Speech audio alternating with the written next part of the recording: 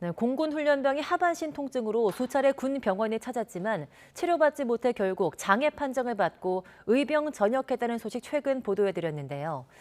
이번 공군 훈련병 사례를 비롯해서 군의 부실한 의료 체계로 장병들이 다치거나 숨지는 일은 어제 오늘의 일이 아닙니다. 반복되는 황당한 군 의료 사고를 신준명 기자가 정리했습니다. 고관절 괴사 진단을 받고 7개월 만에 의병 전역한 아들.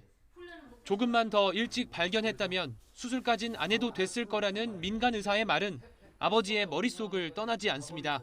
의사로서 가장 기본만 지켰으면 저 정도는 가지 않았을까.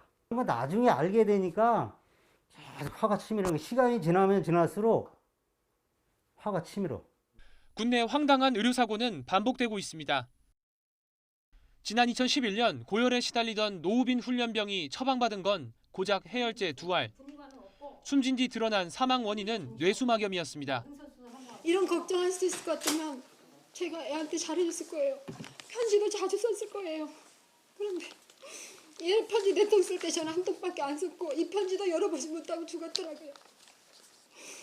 지난 2016년엔 신경차단술 치료를 받게 된 김모 병장이 조영제 대신 세척용 에탄올을 주사받아 팔이 영구 마비됐습니다.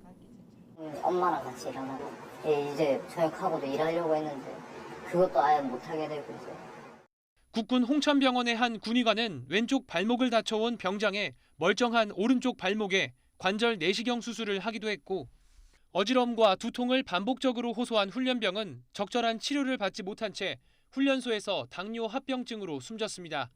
국가인권위원회 설문조사 결과 군에서 진료 또는 검사를 제때 받지 못한 경험이 있다고 답한 병사는 24.8%입니다.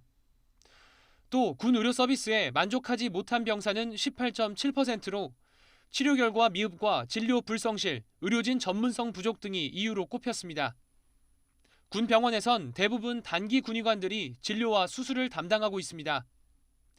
전문의 자격 취득 뒤 5년 이상 경력을 가진 장기 군의관은 2%에 불과한데 이마저도 절반 이상은 관리직이라 군 의료 서비스 전문성은 떨어질 수밖에 없습니다. 근골격계 질환이라든가 경증 질환에 대한 경험이 많이 없는 거죠. 환자를 많이 봤다고 하면 평상시에 그런 근골격계 질환이랑 조금 다른데 일반적인 뽀근함이랑은 다른데라는 걸 느낄 수가 있는데 한계가 명확한 현행 군 의료 체계에선 부담하기 힘든 중증 질환 등 숙련된 의료 역량이 필요한 영역은 민간에 위탁하고 군은 총상과 폭발상 등 군의 필수적인 영역에 집중해야 한다는 지적이 나옵니다. YTN 신준명입니다.